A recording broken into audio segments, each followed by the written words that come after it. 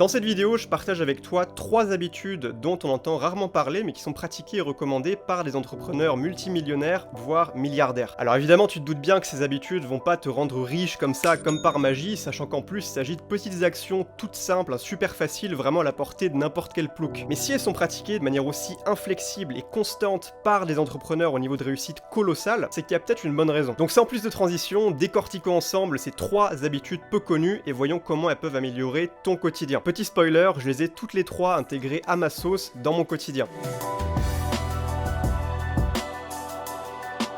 Dans la vie, on trouve 3 catégories de personnes. Ceux qui vivent sans objectif, ceux qui ont des objectifs mais qui se contentent de les garder dans leur tête, et ceux qui écrivent leurs objectifs sur papier. Plusieurs études ont déjà montré que les gens qui prennent la peine d'écrire leurs objectifs à la main ont de meilleures chances de les atteindre que ceux qui se contentent de les retenir dans un coin de leur tête. Donc si t'as pas encore noté noir sur blanc tes grands objectifs long terme, tu sais ce qu'il te reste à faire. Mais c'est pas encore suffisant. Parce que soyons honnêtes, écrire tes objectifs sur un bout de papier qui finit par prendre la poussière au fond d'un tiroir, ça a pas grand intérêt. Au bout de 2 semaines, tu les as déjà à moitié oubliés, tes petits problèmes urgents du quotidien finissent par reprendre le dessus. Donc au final, tu restes passif, ta vie continue de stagner et tes rêves restent des rêves. Ce dont tu as vraiment besoin pour rester focus et continuer de passer à l'action sur le long terme, c'est d'avoir tes objectifs en tête absolument tous les jours. Faire en sorte de les garder en permanence dans la mémoire vive de ton cerveau. Et pour ça, Grant Cardone propose une méthode radicale mais redoutablement efficace. Grant Cardone, c'est un entrepreneur américain qui pèse plus de 300 millions de dollars, qui organise des conférences devant plusieurs dizaines de milliers de personnes, et c'est également l'auteur de livres best-sellers sur le succès comme The 10X Rule ou Be Obsessed or Be Average. Voilà son conseil. Fixez-vous des objectifs ultra ambitieux et réécrivez-les à la main tous les matins et tous les soirs. Last thing, write your goals down again. You wrote them down this morning, you wrote them down at night. I can't tell you how valuable this is, okay? You write your goals down once a year,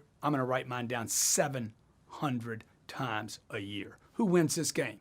A guy smarter than me, taller than me, better looking than me, better connected than me, writes his goals down once or twice a year, and I write mine down 700 times a year. Who wins? It won't be taller, it won't be richer, it won't be better looking. It'll be the guy that writes his goals down twice a day, every day. Alors on peut se dire qu'écrire ses objectifs 2 fois par jour, c'est un peu extrême et franchement pas nécessaire. Mais à un moment donné, si tu veux des résultats extrêmes, il faut pas avoir peur de faire les choses de manière extrême également. Surtout qu'ici, franchement, ça te demande même pas 5 minutes par jour, quoi. En écrivant noir sur blanc, sur papier, tes grands objectifs chaque matin et chaque soir, tu forces ton subconscient à se concentrer dessus dès le début de la journée et juste avant de t'endormir. Et comme dit Grant, un type random écrit peut-être ses objectifs 1 ou 2 fois par an, lui, il le fait 700 fois par an. À ton avis, qui c'est qui gagne? Après, pour être honnête, je pense que c'est déjà très bien de le faire 1 fois par jour. Personnellement, c'est comme ça que je le fais, je le fais le matin et ça me suffit largement pour rester focus sur mes objectifs comme un rayon laser.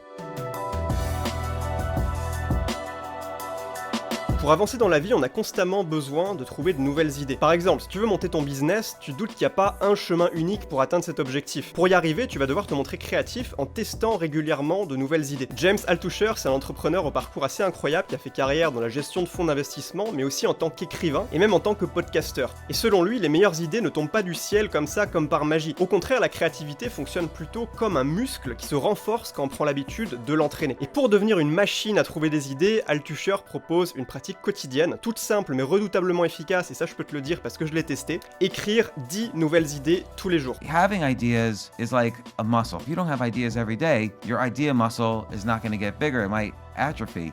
And so I try to practice writing, I'll come up with a topic and I'll try to practice having 10 ideas a day, good ideas around that topic. Now, they won't be good ideas because you can't have 3,650 good ideas a year, but I try to make sure they're as good as they possibly could be. Comment mettre en place cette habitude concrètement? Chaque matin, prends un papier et un stylo et écris une question constructive en haut de la page. De préférence, une question qui correspond à une de tes problématiques du moment. Par exemple, comment améliorer ma relation de couple? Comment augmenter les ventes de mon business le mois prochain? Comment je peux rapidement devenir bilingue anglais? Peu importe, c'est à toi de voir. Puis une fois que tu as écrit la question, force-toi à trouver 10 idées qui apportent une solution au problème. Alors même si les idées sont pourries, c'est pas grave parce que le but est surtout de renforcer ton muscle à idées pour devenir plus créatif. Et sur les 10 idées, tu pourras choisir là où les meilleures et les tester immédiatement dans ta vie. Donc fais ça tous les matins avec une nouvelle question, et pour les questions importantes, n'hésite pas à te les reposer régulièrement pour sans arrêt trouver de nouvelles idées originales. Si 10 idées c'est trop dur pour toi, tu peux commencer simplement avec 5, personnellement c'est comme ça que je fais et je trouve que c'est déjà super efficace.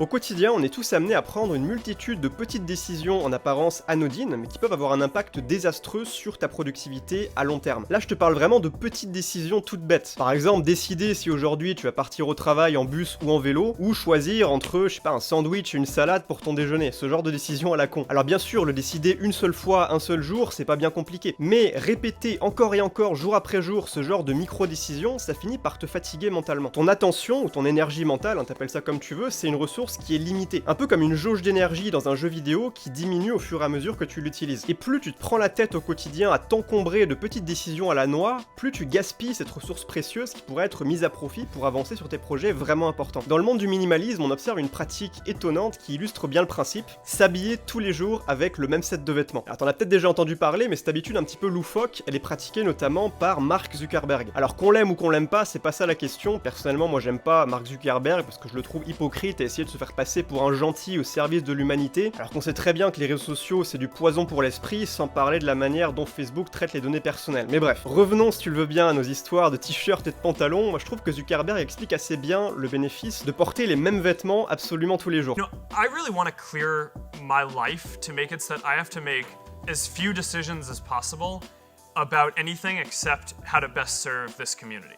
And there's actually a bunch of psychology theory that even making small decisions around what you wear or what you eat for breakfast or things like that, they kind of make you tired and consume your energy.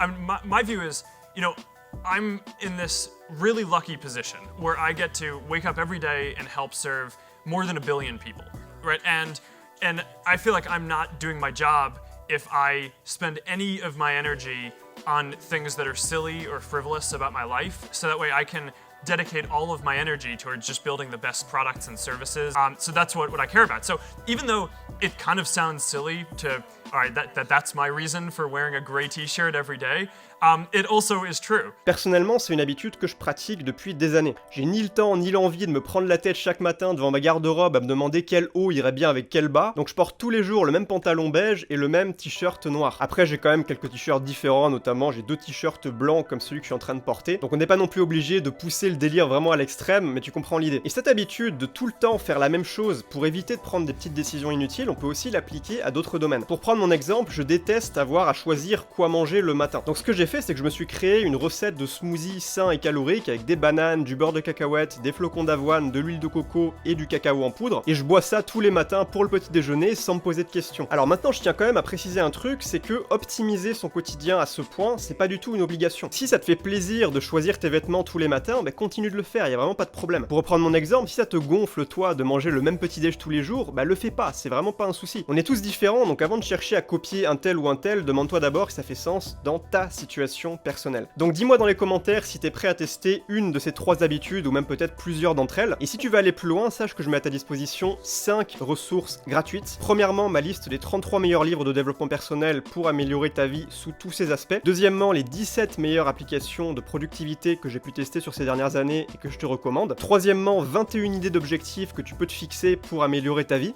Quatrièmement, mon template d'agenda que j'utilise pour m'organiser dans mes semaines et être productif, que tu vas pouvoir imprimer ou redessiner à la main, peu importe, mais tu verras que c'est un super outil pour t'aider à passer massivement à l'action chaque semaine. Et puis enfin numéro 5, un extrait de ma formation Habitudes Explosives, qui est une formation pour t'aider à créer de bonnes habitudes solides et durables sur le long terme que tu vas vraiment tenir. Donc pour recevoir ces 5 ressources, tu as le lien dans la description ou en commentaire épinglé. T'as juste à cliquer, t'arriveras sur mon site, tu entres ton email et moi je t'envoie ces 5 outils directement dans ta boîte mail, donc d'ici 2 minutes littéralement, tu pourras y avoir accès. Donc sur ce, je te souhaite de passer une excellente journée, je te dis à très vite pour une prochaine vidéo, c'était Emilio, ciao ciao.